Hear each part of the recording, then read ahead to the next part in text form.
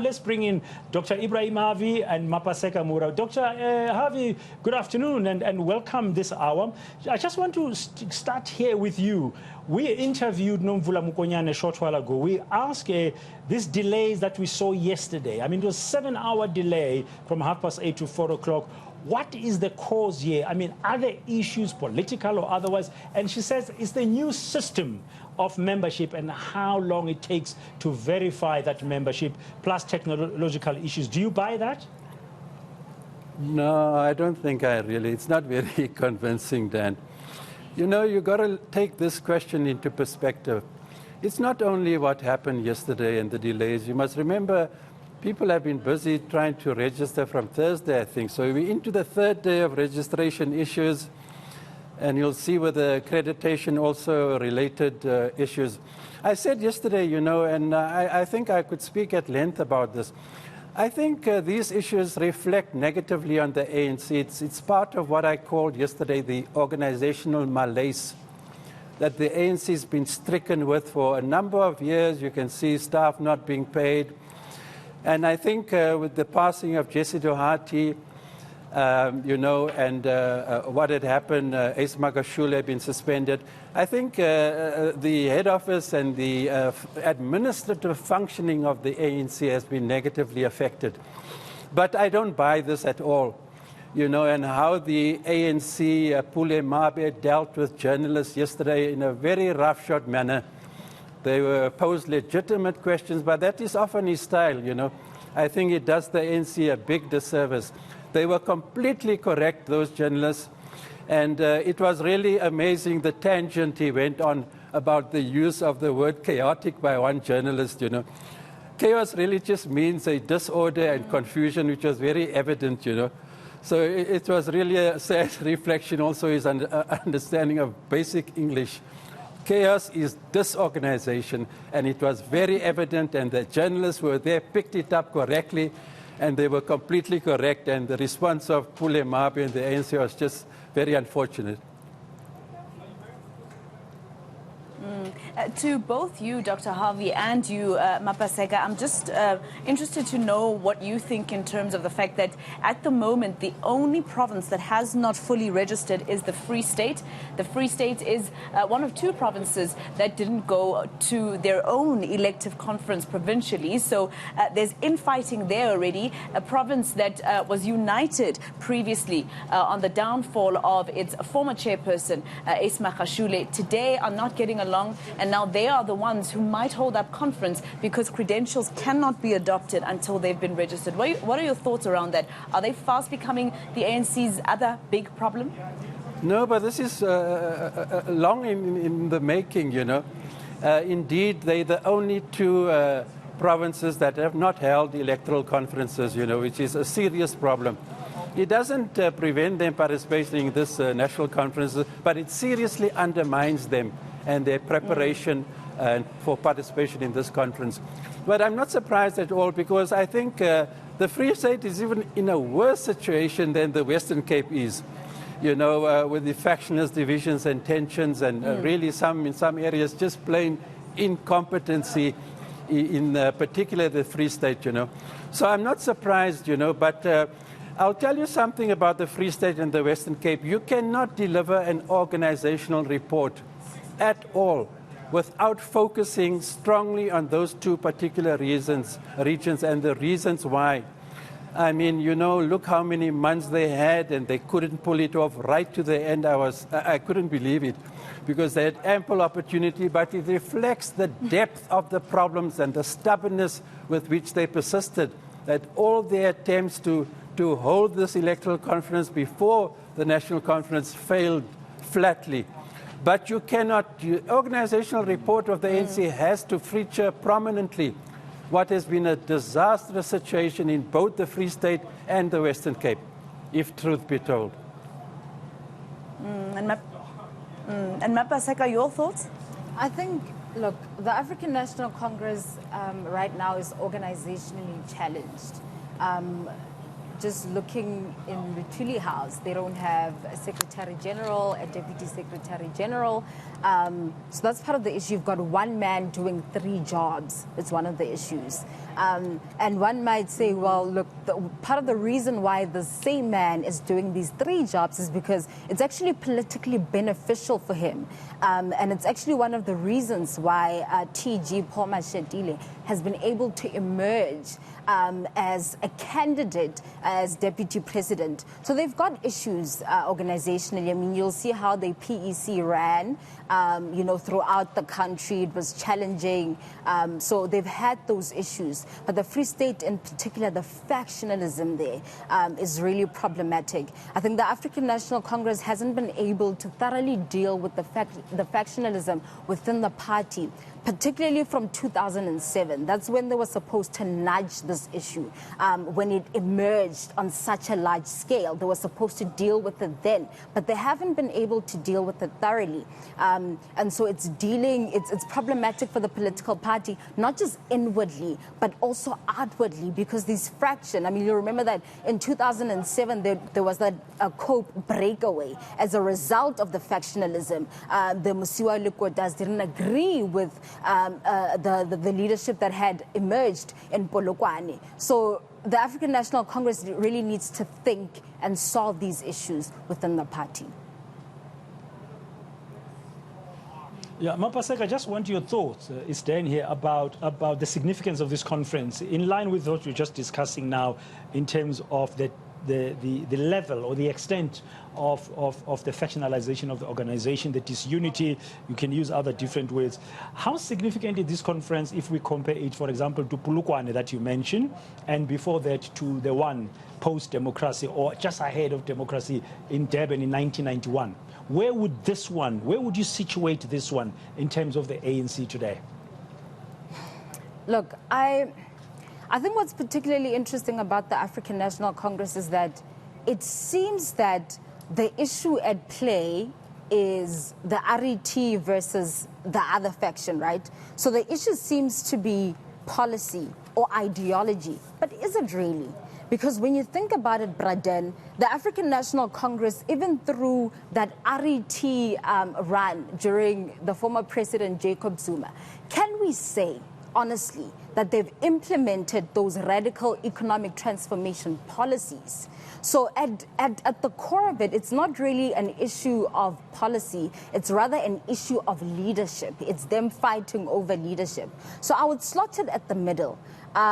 Because the issue also with 2007 was the fact that President Mbeki wanted to run for a 3rd term in the African National Congress, something that was unheard of after the unbanning of the African National Congress. Completely normal pre that, as we saw, Ndate Oliver Tambo ruled the African National Congress for over 20 years. So the factionalism has not been sorted out, but I'd slotted in the middle of 1991 and 2007 in that the issue, the contestation is leadership, and they really need to deal with that because they have not been able to implement their own policies. Therefore, they cannot argue that ideology is a big deal and is the core of what they're fighting for. Dr. Harvey, could this be a watershed conference for the ANC in terms of the future? I mean, we're hearing so much about renewal, but we're still trying to see how renewed it's becoming. No, Dan, this is my perspective in response to your question. I firstly want to just touch briefly on the question that you had just posed earlier.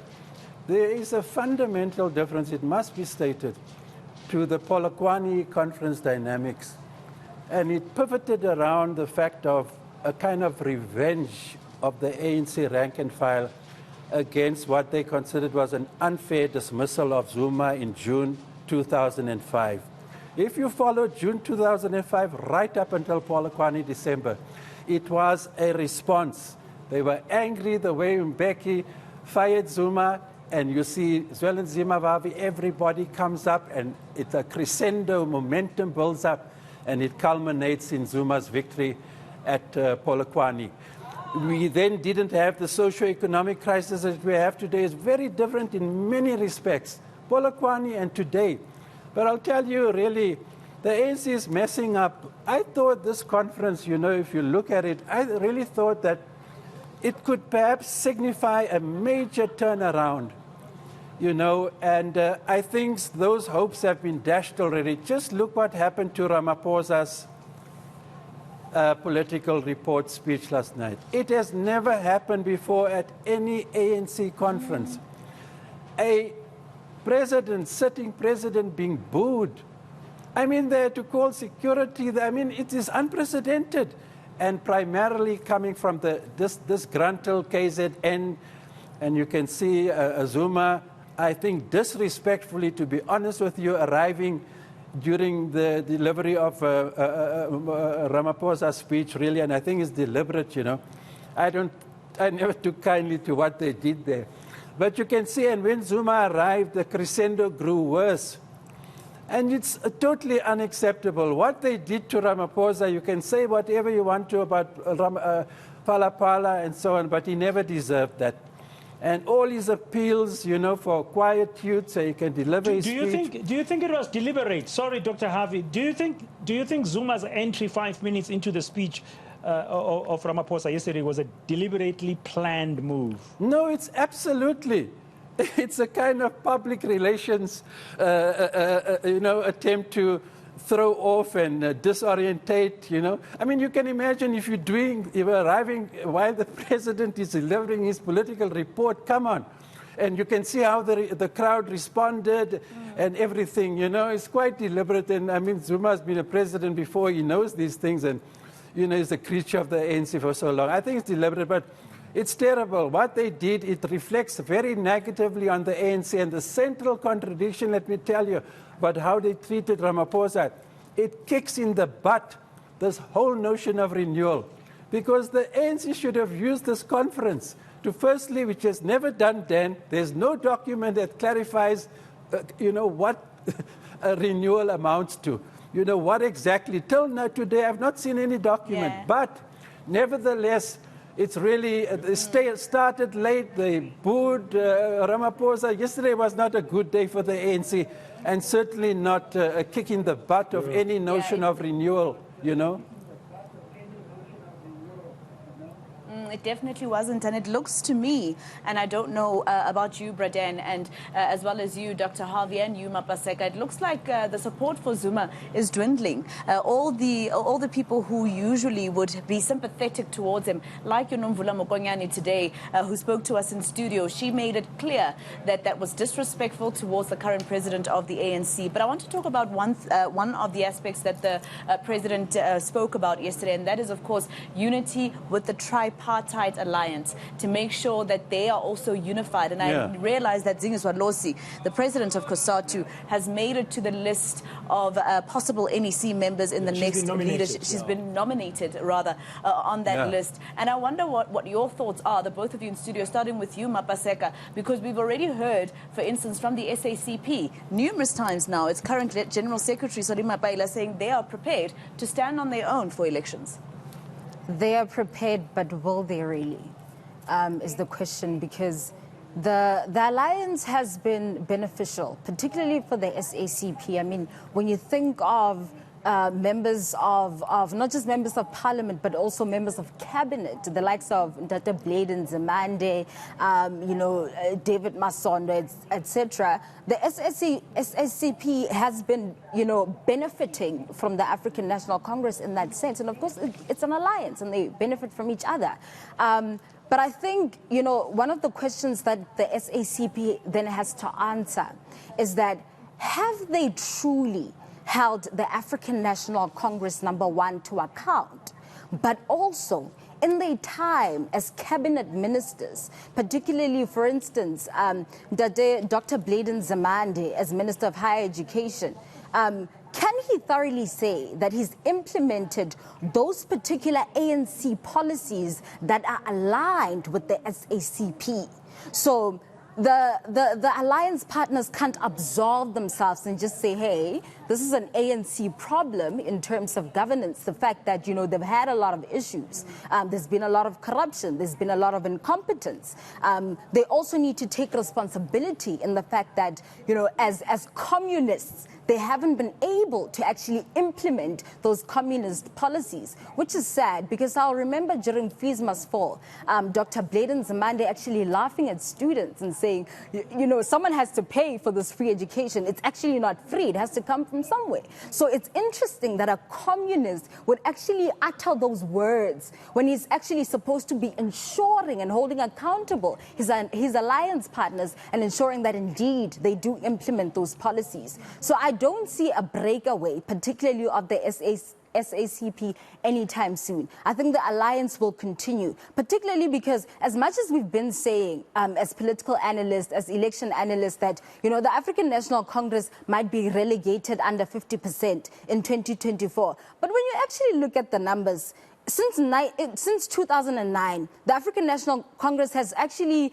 declined in power by about 3.5%. So they're currently at 57%, which means that in 2024, it would require an 8% decline in its support for it to actually lose that 50 plus 1% majority. So which means they might actually emerge in 2024. And I'm sure the SACP and COSATU have done these numbers and they understand that the alliance is still beneficial for them, even though the African National Congress, including themselves, have not implemented those key policies that are supposed to transform our nation. Well, maybe it was a warning.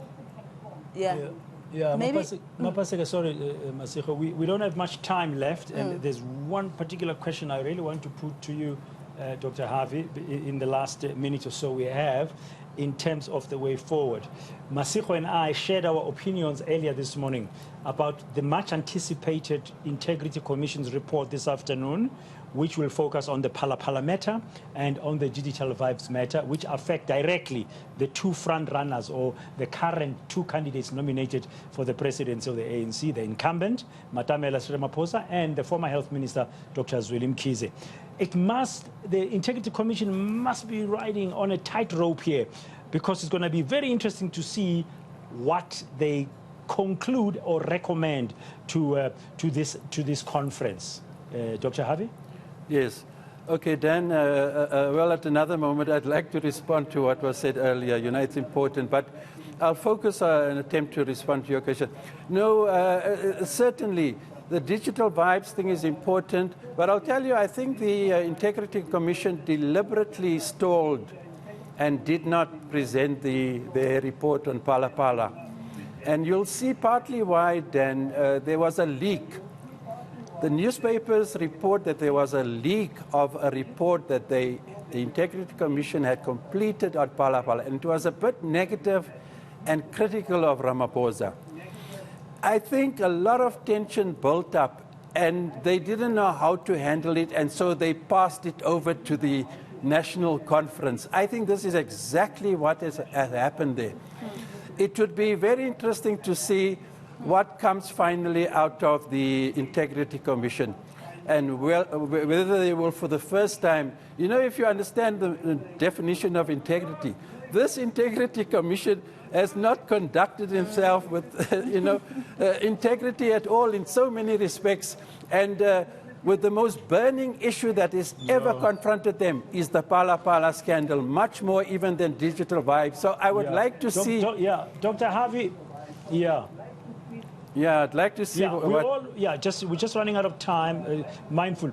What they're going to say, but we will talk to you, I'm sure, further.